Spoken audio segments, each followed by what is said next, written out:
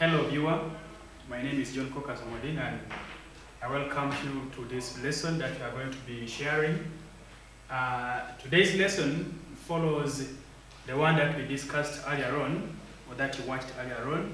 That was about how as the human beings interact in the environment, or that is in places where we live. Of course, we looked at the environment, how we can affect the environment positively or negatively. Today, we are going to look at the effect of our activities that we do to the environment or to the climate of an area. So on the board is a heading, climate change. Climate change. First, we need to understand what climate means before we understand what we mean by climate change.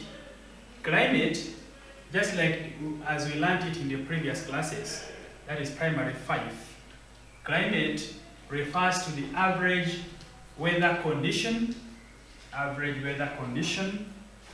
of a place, average weather condition,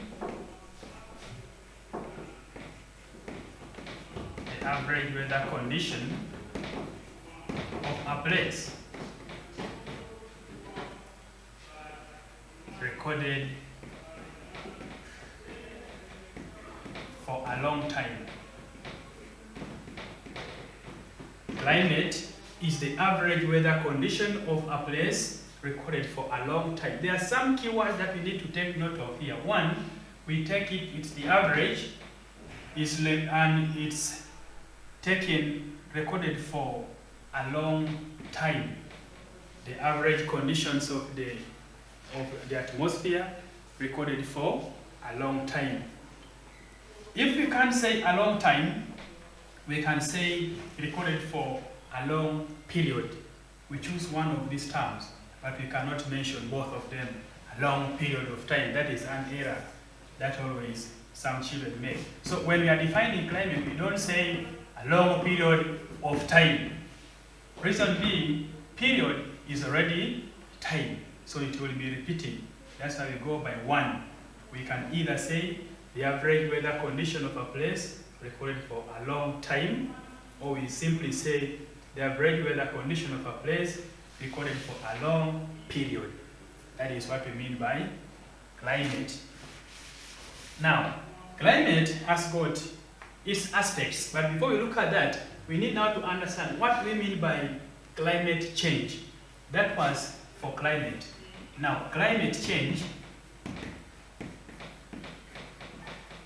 what is climate change? Now, climate change or climate changes, we are now looking at the state of the climate in an area, or the state of these conditions. We can simply call it the variations of the climatic conditions. The variation, climate change refers to the variation of climate in an area. Variation of climatic conditions.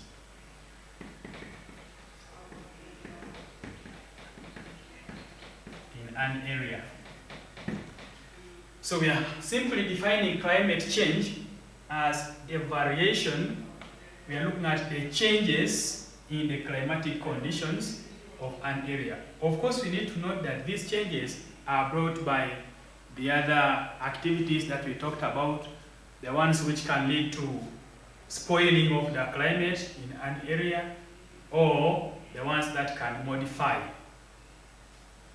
That we can't go back to that because we finished to look at it in the previous lesson. Now, we need to look at what we call the aspects of climate. Aspects of climate. Climate has got two main aspects that affect it. One, we have rainfall and then temperature. These are the two aspects of climate, rainfall and temperature. In the two aspects, rainfall is the major because we have climate, we have temperature under it. Reason being, it is what determines most of the activities that are to be taking place or that are to be done in an area. For example, settlement. People consider settling in areas with conducive or with good climate. No one would wish to settle in an area with a poor climate. When we also look at other economic activities that people do, for example, farming, you will find that it is this factor, it's this aspect of climate which determines all those other human activities like farming, as you have mentioned. So if the question is asked, which aspect of climate determines human settlement or determines the economic activities that people do, mainly the answer is rainfall. So these are the two aspects of climate. Now, still in line with climate, we have what we call the factors. These are the aspects, but we also have the factors that affect the climate. But before we go deep to the factors, I want us to share something. We learned about weather in the downer classes. We also have in climate. So we shall be able to know that the two move together. The two aspects are together, climate and weather. The only difference is with weather, we define it as the daily condition of the atmosphere, meaning it is recorded for a short period or for a short time. Remember we said we cannot mix period of time as one, no. While with the climate, this one is recorded for a long period of time, period or a long time. So if the question is asking us what is the difference between climate and weather, you can base on that as the difference. Weather is recorded for a short period, while climate is recorded for a long period. So since you have said that the two are together, then we need to understand that we have the elements that can cut across. The elements measured in weather are the same elements that are measured in climate. So our next heading is the elements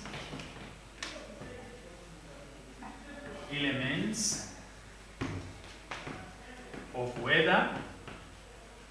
That we have said these very elements are the very ones measured in climate. So we can have our heading, elements of weather or climate. Now, which are these elements of weather that you know? I'm sure you know very many of them because you learned it. You learned this in the downer classes. If I allowed you to list, I would wish to hear around 5 of them from you. So let's go and we discuss them. One, we have already mentioned rainfall. So rainfall is an element of weather which is measured. Remember, this is measured by the instrument that we call a rain gauge. Rain gauge. It's written like this. Rain gauge as one word. Please take note of rain gauge. Gauge. Sometimes we put U before A. That will be wrong. It's rain gauge. Then 2, we have wind. Wind movement as another element of weather or climate, which when we come to wind, we are having very many instruments, not only one, but we shall be having what we call wind instrument. There are many. We have one, a wind vane, which is used to show the direction of wind. Then we have what we call anemometer. Anemometer. Do you know the use of the anemometer? The anemometer is used to measure the speed of wind. The speed of wind. Then we have a windsock. A windsock that is always found at the airports, at the airstrips. This one is to show the direction of wind at the airport. Then we also have the windcock. which does the same work as the wind vane, wind cone. So that is for wind. We can also call it wind movement. The other one we need to note is the other element is sunshine. Sunshine, which is recorded using an instrument that we call sunshine recorder. So we're having the instrument sunshine recorder. Next we have what we call, we have humidity. We have the weather element called, or the element of weather that we call humidity, which is measured using the instrument that we call a hygrometer. Then we have others like we have temperature. This is measured by the 6th thermometer that we also call the minimum and maximum thermometer. Don't just say thermometer, because we also have what we call the clinical thermometer or doctor thermometer that is used in hospitals. So for us to be specific, we are looking at weather here. So we shall be using what we call the 6th thermometer or the minimum and the maximum thermometer. The other one we have is we have air pressure. That we can also term as the atmospheric pressure. We can also write it as atmospheric pressure. So you need to be aware of this. Instead of one saying air pressure, one can call this atmospheric pressure. Of course, this is measured by the instrument which we call a barometer. Then other other elements of weather include, we have fog.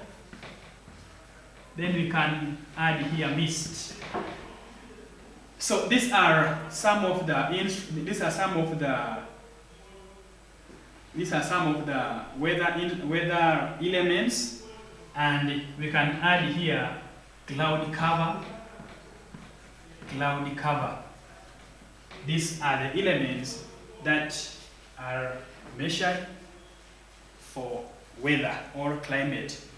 The other one is, having understood this as the elements, the other commonly asked question, and it keeps on disturbing us, is the types of weather or types of climate. So we are going to have that as a subheading. Types of weather.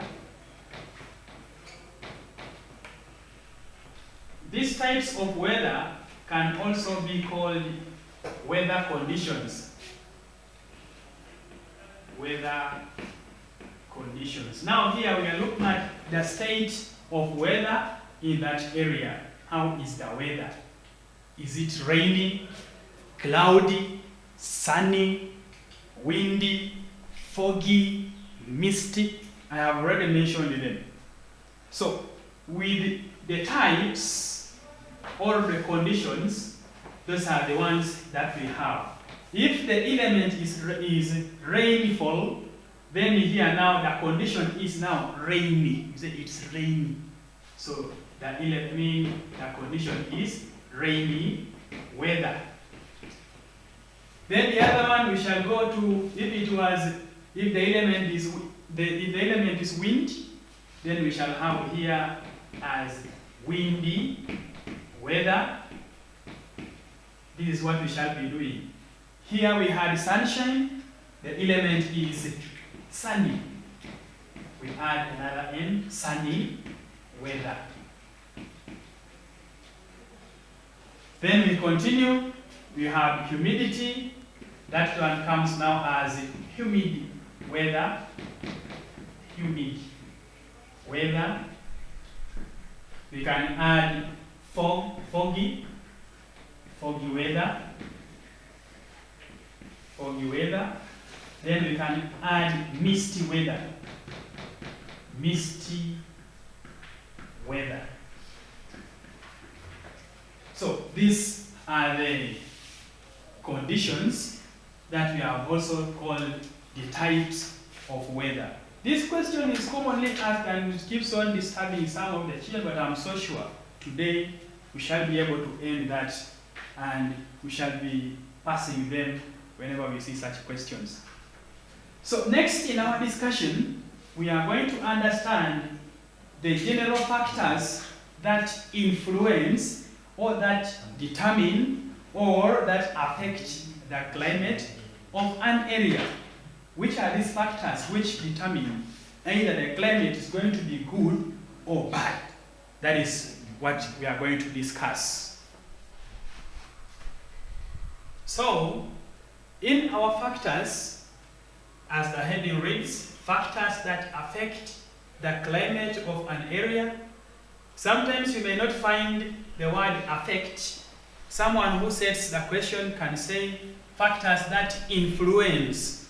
Of course, to influence can be done in two ways. Can be influencing positively, that's in a good way, or negatively. So, which are these factors? One, we have rainfall distribution. Rainfall distribution.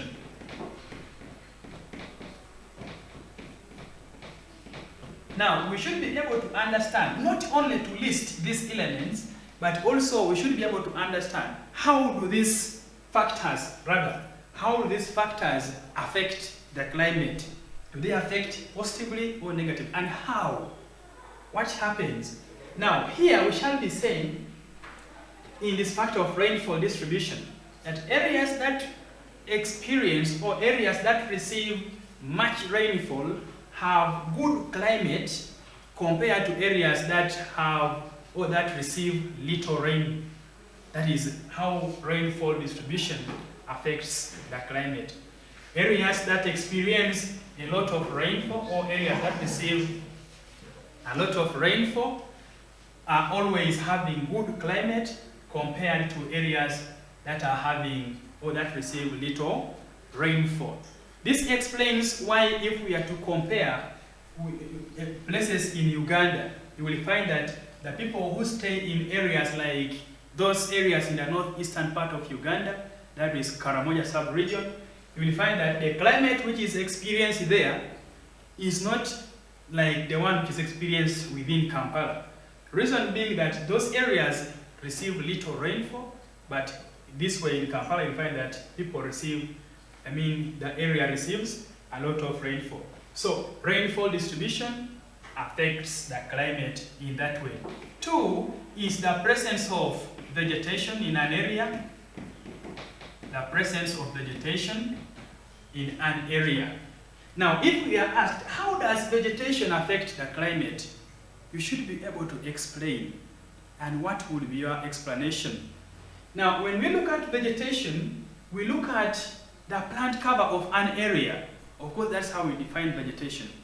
Vegetation is the plant cover of an area. Now, how does the plant cover determine, how does it affect the climate? Now, if the area has vegetation, for example, forests, of course we know that the sun shines, the trees lose the excess water through the stomata into the atmosphere, that is in a process we call transpiration.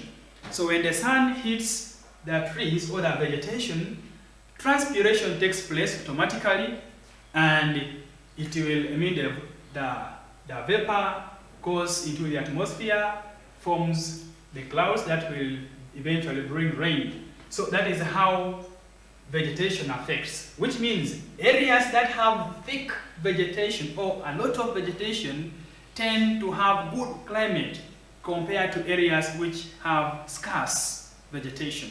That is how we can explain this. Areas with thick vegetation have good climate compared to those that have got scarce vegetation. The other factor we are going to talk about is the presence of water bodies. Presence of water bodies. in an area. Sometimes we call this nearness to the water bodies, meaning that when an area is near a water body, that area is going to be having good climate. How? This water body helps in rain formation. Remember, you will find that if, for example, we are having a lake in an area. An example, we have a lake. Of course, we have the sun here. We have the lake here. We can illustrate this representing a water body. Can be a lake, can be a river, can be an ocean, a swamp. All those are water bodies. So you will find that an area, a water body is here.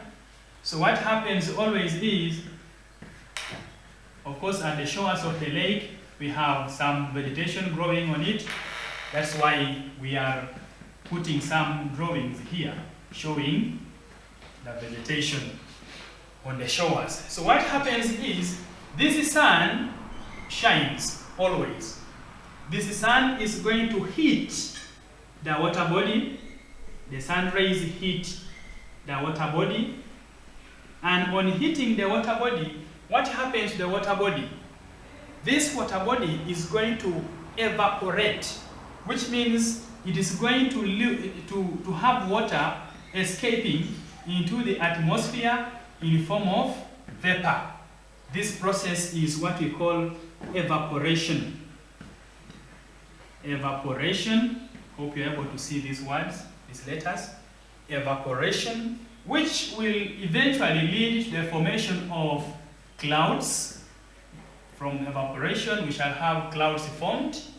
So these are clouds, which will finally result into rainfall being received in an area. So this is how a water body can influence the climate of an area. Of course, this is influencing positively. This one affects positively. You can be asked a question, how does a water body modify the climate of an area? To modify means to make it better. Just like for the case of vegetation, you will still have that question. How does vegetation help to modify the climate? The same answer. Vegetation helps, it helps in rain formation, which will modify the climate. If we're having the other one of vegetation, you will still have the same drawing. The sun will still be up here, then you will be having trees, and instead of evaporation, trees do not evaporate, but they transpire. So for that case, you would have transpiration, that is water escaping through the leaves and into the atmosphere, whereby this vapor will condense. The process is called condensation. Condensation. Take serious note of the spelling. There is a silent N. Condensation. So that is the process. We are also able to tell or to see that in the formation of this type of rain, that is convectional rainfall, remember, we have a process we call evaporation. Then we have also seen another process which involves the water vapor cooling to form clouds. That's what we call condensation. And finally, the rain is received in an area. So this is how water bodies or presence of water bodies can affect the climate of an area. And of course, I've told you this affects it positively. This is the third factor. May we go to the third factor, which determines or which affects the vegetation of the climate of an area. That is human activities. Human activities. Now, human activities can simply mean the activities that human beings do in the environment in order to meet their needs, or for them to be able to get what they want. Of course, we need to know that people need to survive in the environment where they live. So they do a lot of activities. But sometimes these activities can either affect the climate positively in that area or negatively. How? That's what we are going to look at. Now, these human activities are grouped into two types or groups. We have two groups of these human activities. One, we have those human activities which can promote the climate, which can make the climate good in an area. Those are the ones we call positive human activities. Positive human activities.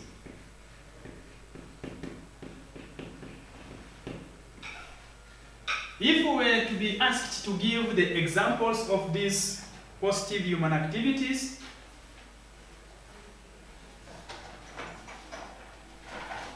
if we are to be given to tell the examples of these activities, like I've said, these are activities that man does in the environment, and they lead to the conservation of the climate in an area. For example, a man can grow trees in an area where they did not exist. That is what we call afforestation. So when a man carries out afforestation, of course, like we have said, vegetation can affect the climate. So these trees will now help in the formation of rain that will modify the climate. Two, man can grow trees or plant trees in an area which had them and were cut. We call it reforestation. Reforestation. Then man can also carry out what we call agroforestry. Agroforestry. Of course, agroforestry, we defined it in the previous lesson. We say this is the growing of both trees and crops on the same piece of land. This will help to modify the climate. Then we also have bush fallowing, among others. Bush fallowing. This is when land is left without cultivation to rest and vegetation to grow on it. So these activities, we call them positive human activities because they affect the climate in a positive way, that is in a good way. Then the other ones are the ones that we call negative human activities. Negative human activities.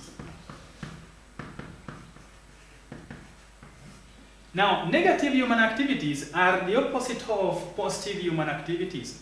If we are asked, these are the activities that man does in the environment that will lead to the destruction or the spoiling of the climate. As simple as that. Now, which are these activities that man does and they spoil the environment? One, we have what we call deforestation. Deforestation. Deforestation, we defined it as the cutting down of trees on a large scale. Cutting down of trees on a large scale. When trees are cut, that area will not be able to receive that convectional rainfall as it used to. So that one will affect the place negatively. Then also, man can carry out what we call bush burning. Bush burning, that is setting fire to clear the bushes, to burn the bushes, and automatically vegetation is destroyed, climate is destroyed. Next we have poaching. Poaching, that is the illegal hunting of wild animals in game parks. Of course, those ones form part of the climate. It will also be affecting the climate of an area. We have another activity which can lead to destruction of the climate or spoiling of the climate. That is, we have overgrazing.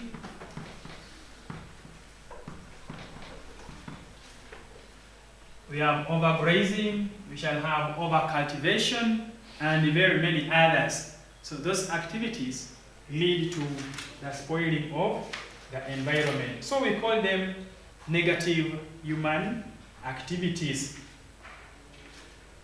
Then the other factors that we are to list, apart from this, we have talked about rainfall distribution, vegetation, presence of water bodies. Then we have human activities. We can add others like the prevailing winds. Can also have the prevailing winds. Those are some of the activities that affect the climate of an area.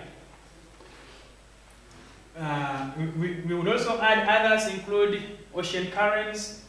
We have relief, altitude, latitude,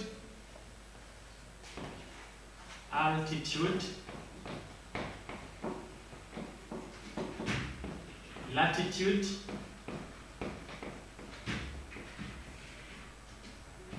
ocean currents. We are now listing them. We have ocean currents. But there is a need for you to realize the difference between the two that we have written. One, altitude, then the other, latitude.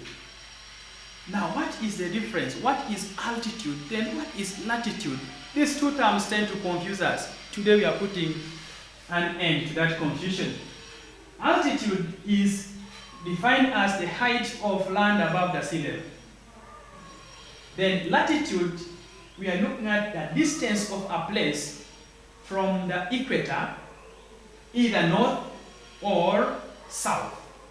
Which means we have, if we are to draw our globe, you would have it like this. Have our globe like this. Now we have the equator dividing this globe into two. This is our equator, marked 0 degrees. We have called it equator. Now, what do we mean by latitude? We have said latitude is the distance of a place from the equator, either north or south. That distance is what we call latitude. Let me repeat this. Latitude is the distance of a place from the equator. The equator is here. The distance of a place, either north or south. That is how simple we define altitude. So those are some of the factors that affect the climate of an area.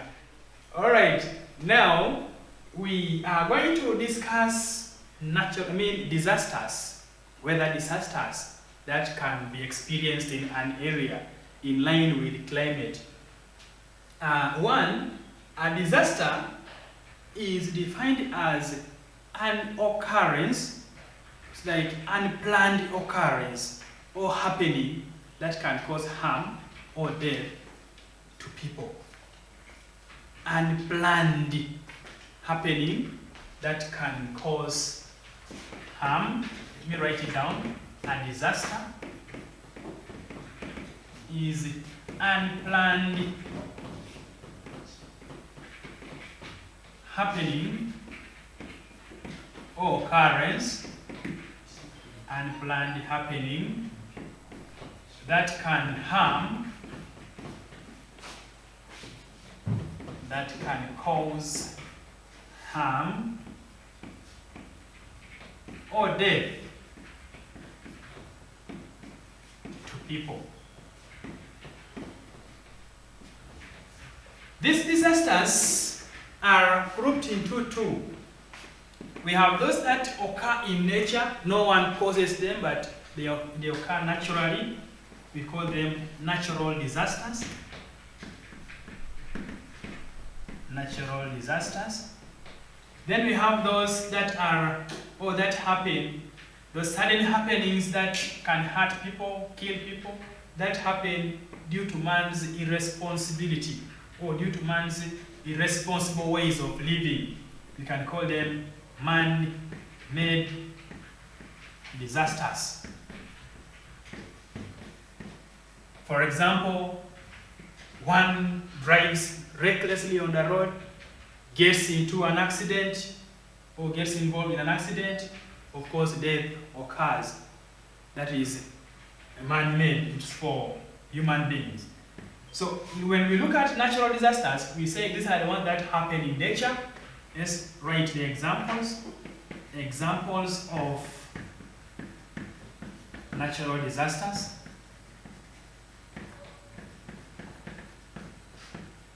Examples of natural disasters.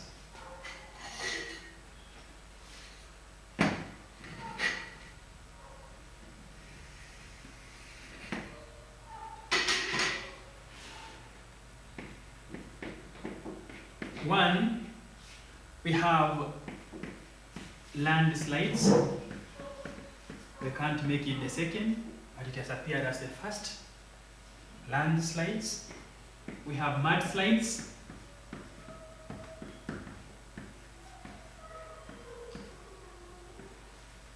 We have flood,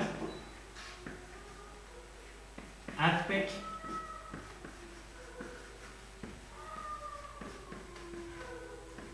we have eruption. Now, when these happenings occur, of course, we are saying they can harm or kill people. Now, we need to understand something between landslides and floods. Sometimes we are asked, which problems do people living in hilly areas or mountainous areas face? And children end up giving floods for highland areas, mountains or hills. Please, those ones do not experience floods. Floods will be experienced in low-lying areas like in valleys. That is where we can have the floods.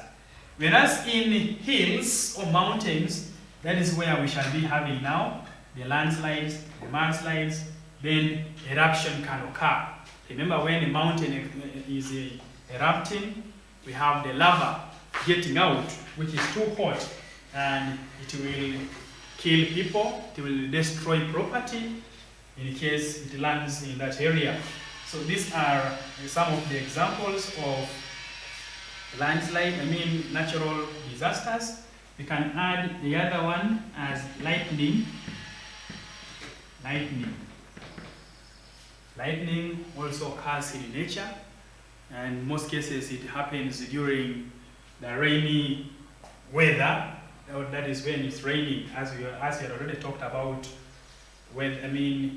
those types or those conditions of weather.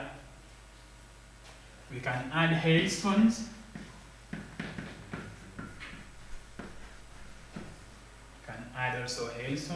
Then even diseases. Outbreak of a disease. Diseases can also result into death of people. So these are the examples of natural disasters that can also be associated with the climate of an area. Lastly, in our discussion, we are going to look at what are the general causes of climatic change or climate change. Causes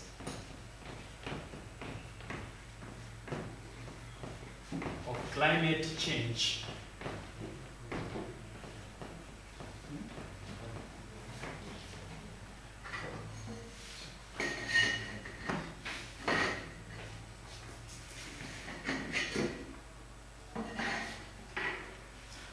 Just like we talked about climate change, we say this refers to variations in conditions of climate in an area. We are going to look at what brings these climate changes or climatic changes, what brings them. These ones are brought by a number of aspects, number of factors, which among others can be both human and natural, as we were looking at them. Now, if we are to generalize all of them, we shall look at activities like industrialization.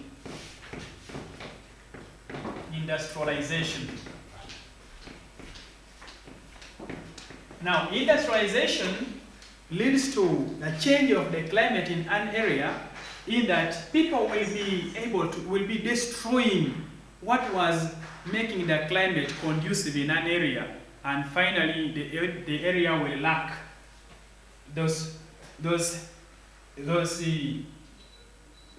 features, those areas that can help in rain formation. For example, if an area was having a swamp, people drain the swamp.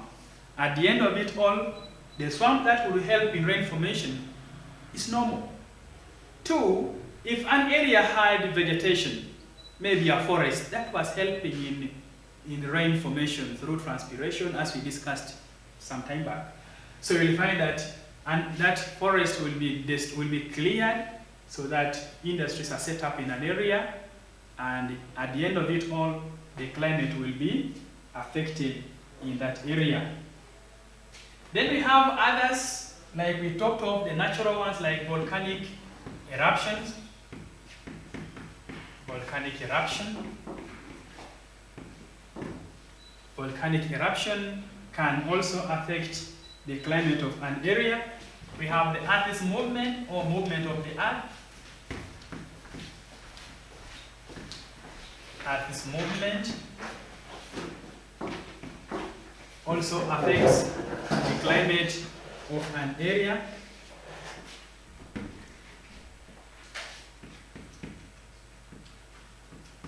Poor disposal of wastes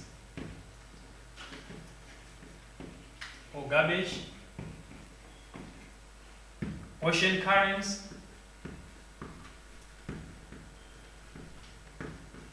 and others that we may not be able to mention all. So those are some of the factors that help, or that can cause, or that can bring changes in the environment of an area. Like I said, these factors can be caused by both humans and nature, as we have looked at them. For now, we have come to the end of our lesson. I must thank you so much for taking your time to go through this lesson with me, that is watching it. And I urge you to always get more and more of our videos on this YouTube channel, so that you will be able to get yourself updated on this content as you will be wanting it. You must be having it. You must be understanding this, because they are the ones. These are the things that are to help us get good grades when we are learning. Thank you. God bless you.